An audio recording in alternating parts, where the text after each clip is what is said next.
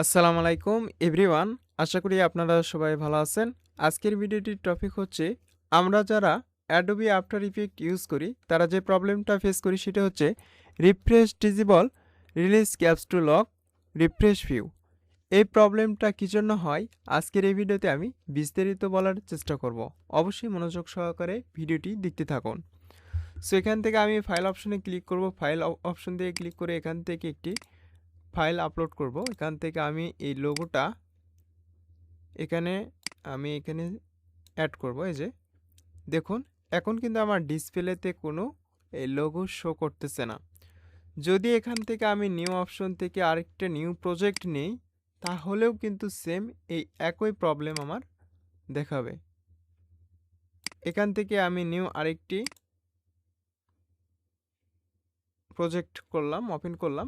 এরপরে আমি জাস্ট এখান থেকে ফাইল অপশনে ক্লিক করব। এরপরে ইম্পোর্ট অপশনে ক্লিক করব, ফাইল। এরপর আমি এখান থেকে লোগোটা ইম্পোর্ট করব।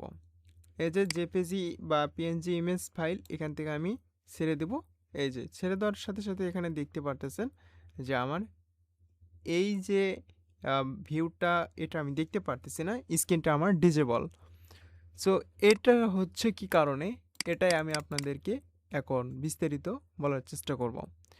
এটার কারণ হচ্ছে যে আপনার এই যে ক্যাপস লক, অর্থাৎ আপনার কম্পিউটারের ক্যাপস লক একটি বাটন রয়েছে বা কিবোর্ডের একটা কি রয়েছে ক্যাপস লক। এই ক্যাপস লক অপশনে আপনি ক্লিক করবেন।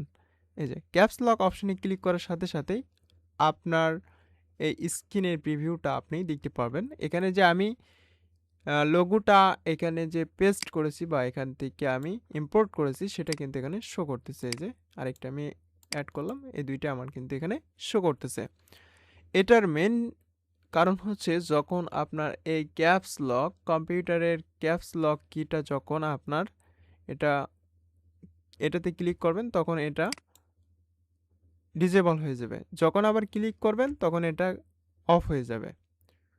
আশা করি আপনারা বুঝতে পেরেছেন। আমি আবারও ক্লিয়ার করে দিচ্ছি, আপনার কম্পিউটারের ক্যাপস লক যদি এই প্রবলেমটা ফেস করেন তাহলে ক্যাপস লক বাটনে একটি ক্লিক করবেন।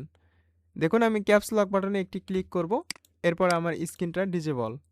এরপর আমি যখন ক্যাপস লক বাটনে আবারও ক্লিক করব তখন আমার এটা অফ হয়ে যাবে, অর্থাৎ এটা তখন এনাবল হয়ে যাবে।